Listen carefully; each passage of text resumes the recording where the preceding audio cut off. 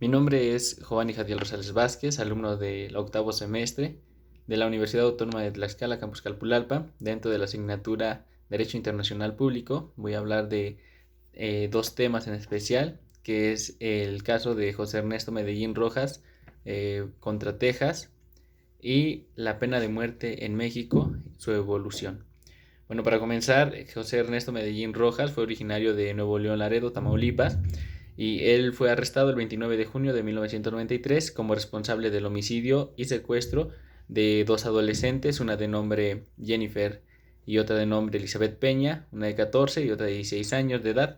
respectivamente, pues fueron hechos que ocurrieron el 24 de junio de 1993. Al momento de su arresto, los oficiales estadounidenses le informaron de sus derechos a través de una fórmula llamada Miranda. Sin embargo, estos mismos no le informaron sobre un derecho fundamental de Medellín, que es contactar al consulado mexicano de conformidad con la Convención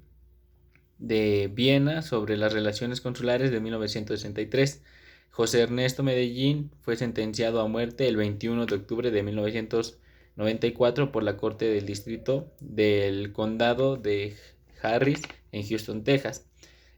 Posteriormente nos sigue relatando que Medellín interpuso varios recursos, entre ellos la violación de sus derechos por no haberle mencionado ese, que fue el derecho del consulado. Más sin en cambio, la decisión de la Suprema Corte de los Estados Unidos sostuvo que incluso cuando un tratado constituye un compromiso internacional, no es una ley interna vinculante a menos que el Congreso de los Estados Unidos haya promulgado estatutos que lo implementen o el tratado sea explícitamente autoejecutable. La Corte también sostuvo que las decisiones de la Corte Internacional de Justicia no son leyes internas vinculantes y al igual que los tratados, el presidente de los Estados Unidos no puede hacerlas cumplir sin la autorización del Congreso a la Constitución de los Estados Unidos. Entonces, como tal, esa fue la decisión que tomó pues la Suprema Corte de Justicia de los Estados Unidos, y de esta manera José Ernesto Medellín fue ejecutado en punto de las 21 horas con 57 minutos el día martes 5 de agosto de 2008, en una clara y desafiante violación de la ordenanza de medidas provisionales emitida por la Corte Internacional de Justicia. En esta ocasión Estados Unidos incurría por tercera vez en su historia en la misma falta. Ahora bien, bueno, eso fue acerca del caso de Medellín, la sentencia. Eh, Voy a hablar de la pena de muerte en México y su evolución de manera muy rápida. El territorio mexicano, la pena de muerte, pues desde su historia ha sido pues aquella ordenanza para evitar que como tal los ciudadanos pues incurrieran en faltas, en delitos, y que incluso recordando en la historia, los conquistadores españoles al ver su comportamiento de los mexicanos pues se sorprendieron, dado a que las penas en ese entonces eran eh, demasiado por decirlo graves, e incluso pues redundando la pena de muerte, ¿no? Rápidamente voy a mencionar que, sin embargo, la Constitución de Cádiz en 1812 ni la Constitución de Apatzingán en 1814 hacen mención de la pena capital como máximo correctivo. No fue sino hasta las constituciones de 1824 y 1842 en las que aparece un antecedente legislativo como tal. En la última de estas, que fue la de 1842, perdón, la Asamblea Constituyente estableció los primeros límites en su aplicación, prohibiendo su uso para delitos políticos, pero permitiéndola para asaltantes, asesinos e incendiarios.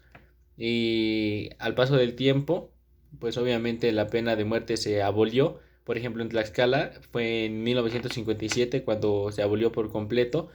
Más sin en cambio, pese a que los estados prohibieron desde 1975 la pena de muerte, de forma general no fue hasta el 2005 que el expresidente Vicente Fox abolió la pena de muerte y cualquier tipo de tortura física en México.